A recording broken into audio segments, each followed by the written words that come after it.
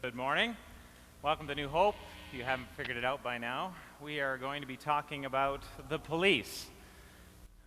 Why in the world would a church talk about the police? We are going to take the police, and in particular Sting and his life story, and we're going to use the band and the music and their stories as a lens to help us maybe better understand who we are as human beings, and in response to that, who God is, who made all human beings. So we're engaging the text of the police, believing that God made them, God made music, God speaks in his world, God is actively involved on our planet, and that in some mysterious ways even worked, especially, I would think, I'm a child of the 80s, especially worked through a band like the police. So we'll get into. Now, you may laugh at some of that footage, but heck, I went to school with half those people. I was one of those people. I remember that was back in the 80s, but back in 79, where that song came out, that's who we were. And I remember myself when I first heard that song. I would have been exactly 18 years old, trying to figure out who you are in life, like you are when you're 18. And when I thought back on it this week, this is kind of ironic, but hugely insecure and fearful and afraid of life and lonely and not connected. And yet on the outside, cigarette pack and the t-shirt flipped over, a total arrogant, brash, self-confident, in-your-face yahoo. I can't stand losing. I can't stand. That was me on the outside, totally different on the inside. And I remember when I first heard that song, and I think it was in my dad's old Dodge Polara, which I had converted into a small sound theater with 2 house speakers about this big on the back seat on either side, driving on the 400 up to visit my girlfriend. And I hear Message in a Bottle, and I'm singing along, and I'm resonating with the lyrics of those words, and they really did mean something. Just a castaway, an island lost at sea, another lonely day with no one here but me. More loneliness than any man could bear. Rescue me before I fall into despair. I'll send an SOS to the world. And the problem with arrogance is you're pretty alone in that place.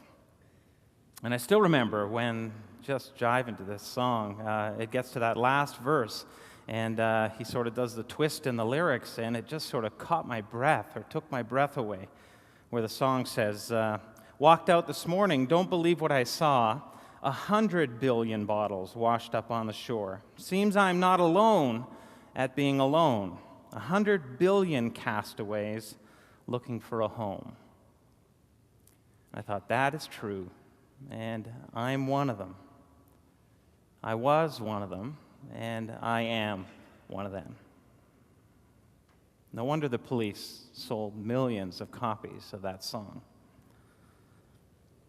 Yet another ancient poet/musician, capturing the state of the human heart and what reality is. What reality is for him, which we'll hear in a few minutes, is reality for all of us to varying degrees. We're alone, or we sometimes feel very alone and separate and on an island by ourselves and cast away, a bit lost. Look at me, God, and help me. I'm alone and in big trouble, wrote an ancient Hebrew songwriter-poet in Psalm 25. This week I, in my sermon research, had to undergo the very difficult pleasure of reading Sting's bio, which is absolutely first-rate, well-written, New York Times bestseller, and saw that loneliness was surprisingly a huge part of his life. He felt alone at home because of a parental brokenness and all kinds of stuff going on that led to all kinds of denial and a lack of communication there.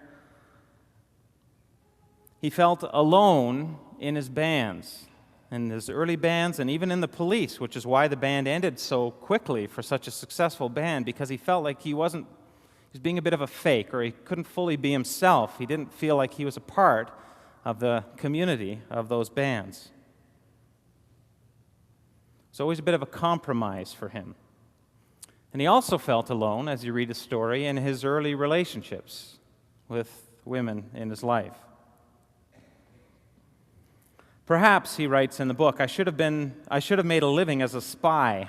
I say this because in my life, as I've described it so far, this is page 149, so in the first 148 pages of his life, I would often feel that I was some kind of imposter, showing all the outward signs of conformity, but holding on to a stubborn, persistent knowledge that I wasn't showing my true colors, that inside, I simply didn't belong.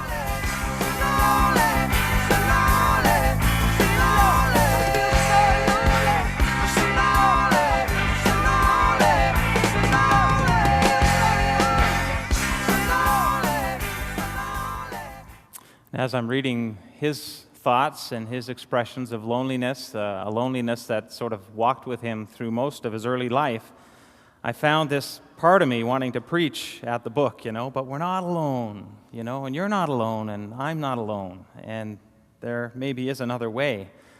We belong. We do belong in the Christian story to someone, belong to God. And then that old Hebrew poet came back again with the words, "The earth is the Lord's and everything in it. The world and all its people belong to Him." So you belong, according to that artist. Whether we live or whether we die, we belong to God, according to the Apostle Paul, another artist. And to a bunch of castaways who are lonely, and looking for refuge. From a prophet named Isaiah, God says, "Fear not, for I've redeemed you. I've called you by name." So you're not alone. God knows your name. You're mine. You belong. When you pass through the waters, I'll be with you. Through the rivers, and through the rivers, they shall not overwhelm you. That's the Christian response and hope in the face of the loneliness that we all face, whether we're on the faith journey or not.